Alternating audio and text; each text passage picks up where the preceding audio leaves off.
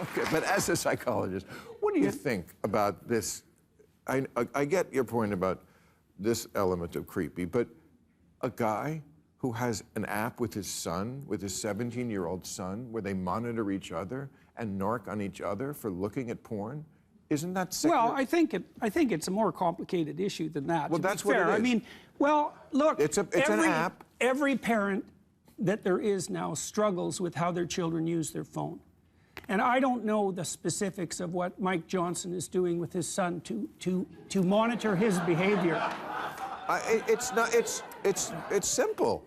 I just say it's like AA for masturbators. Like if you, it sends an alert to the other person's phone. Well, okay. How do you but think for sex? How do you think Go Guardian, which is used in schools to monitor kids, but it's monitoring sex.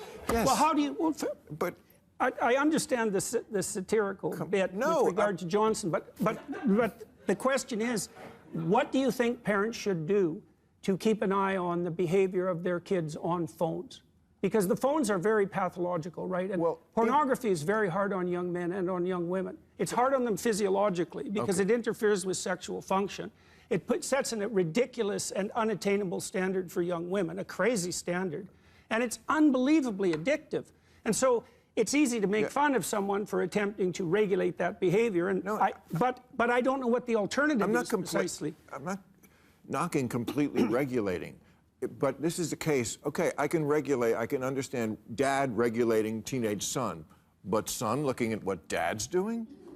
Well, that's the part I find a little fucked up. maybe that's a quid pro quo. Yeah. That's fucked up.